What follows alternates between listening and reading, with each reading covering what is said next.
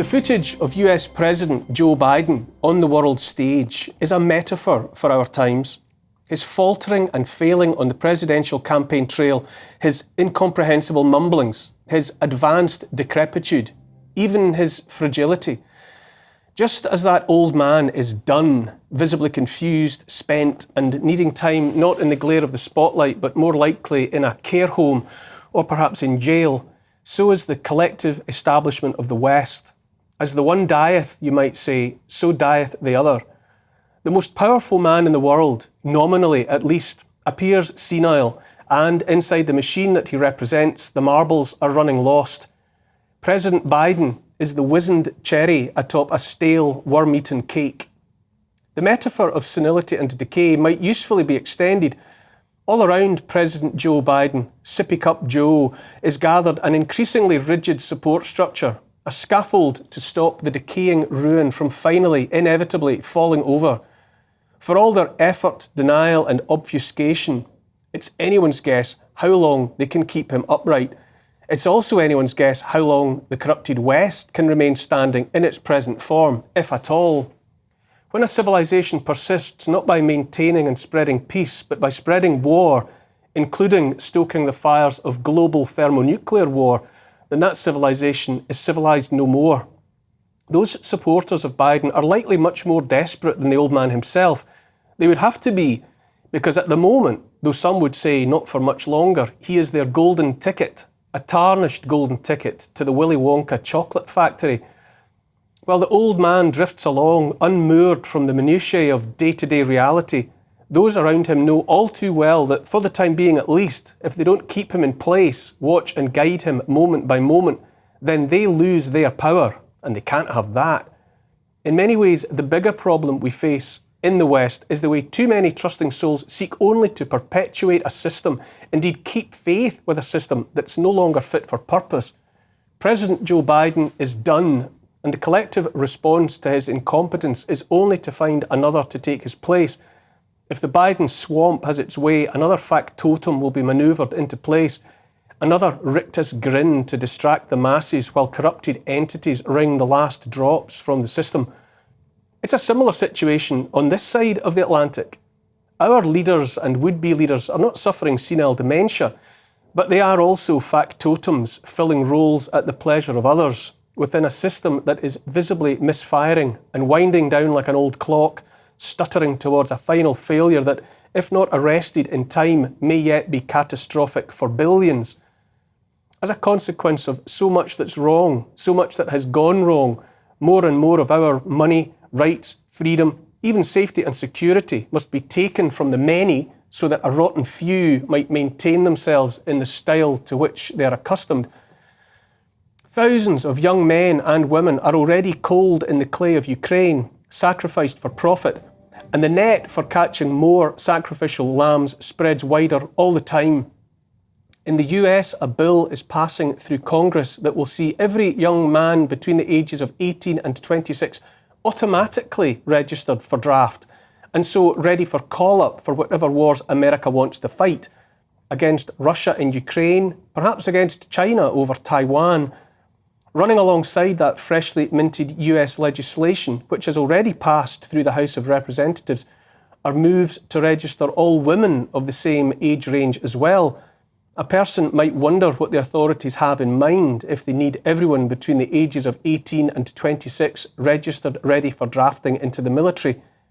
For anyone still labouring under the misapprehension that the state cares about you, wants you well, then perhaps the realisation that those psychopaths appear to be preparing to sacrifice more youngsters on the altar of the god of war might open more eyes to the fact those regarded as leaders, those supposed to care, mean to do quite the opposite.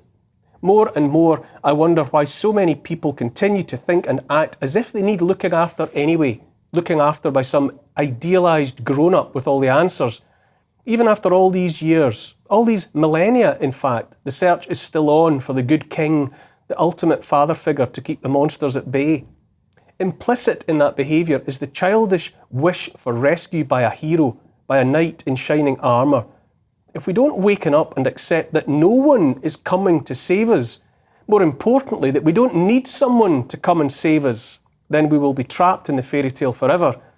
The merest investigation of most of those that are attracted by the idea of the top job, the job of telling everyone else what to do, reveals characters who turn their backs on their own failings as individuals and persuade themselves instead that it's their destiny to dictate how everyone else should live their lives instead. As the generations have come and gone, we have somehow been persuaded to surrender more and more control over our lives, over the lives of our families and communities, to distant individuals who neither know us nor care about us. Personally, I think this is madness. All the headlines and manufactured panic now are about the so-called right, which is to say popular parties talking about the need for secure borders and the preservation of national identities, the preservation of cultures and the defence of a religion that served us well for most of 2,000 years.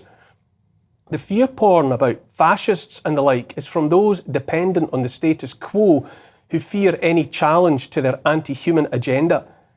Anyone speaking up for the people will therefore be demonised by the establishment as the right and the far right, but that's just to distract attention from the actual direction from which the real danger has come.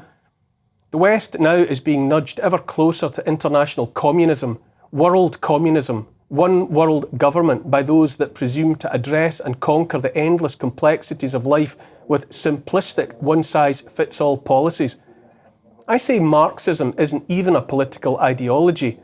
If Karl Marx was anything other than a freeloading parasite and envious malcontent, he was a theologian, and Marxism is a religion demanding faith and sacrifice, ideally the sacrifice of other people's money, and then finally of the people themselves. The World Economic Forum, the World Health Organization, those and others of the same ilk are only the latest products of a communist mindset. Previous applications of communism in Europe, in Asia, in the Americas have led always and only to piles of corpses numbering in the millions.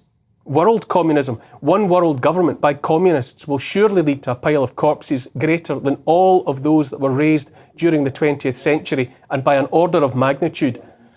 I would say communism will fail again, and the evidence of history is that communism always fails, because by its very nature it fails individual human beings every time.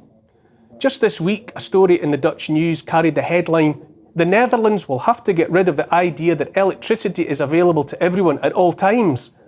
A first world country where politicians profess to live or die by progressive principles, walking back into the darkness of the days before the Industrial Revolution.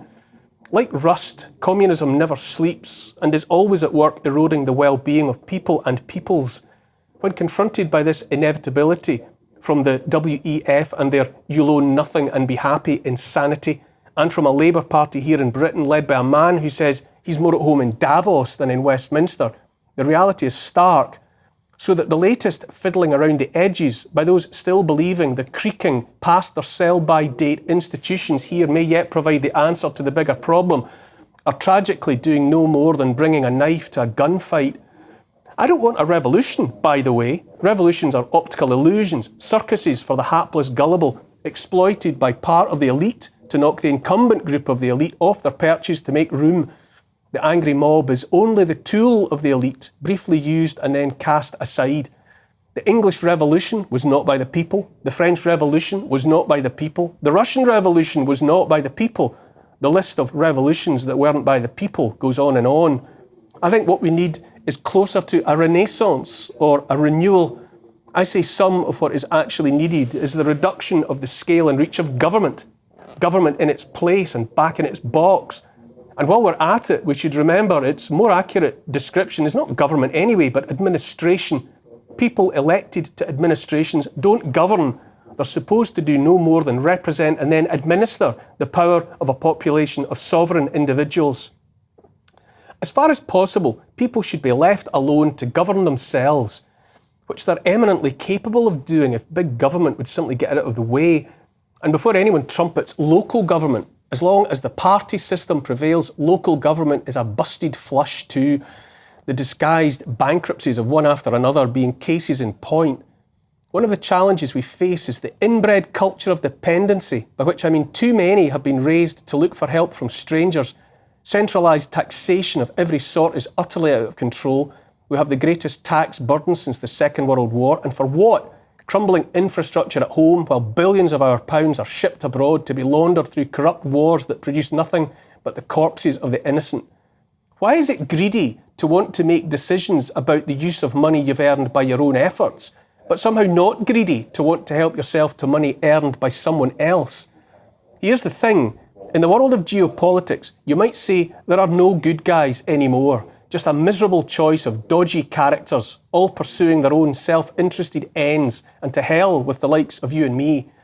But the mask has slipped. In recent years, and especially in the past few months, those that would lead the West have exposed themselves for what they really are, and it ain't pretty.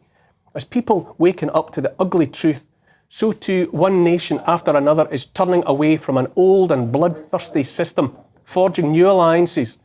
After half a century of US dollar dominance, and in no small part due to the way that currency has been weaponised, more and more players on the world stage are trading in other currencies. No matter what they do now, the baddies are bleeding from self-inflicted wounds.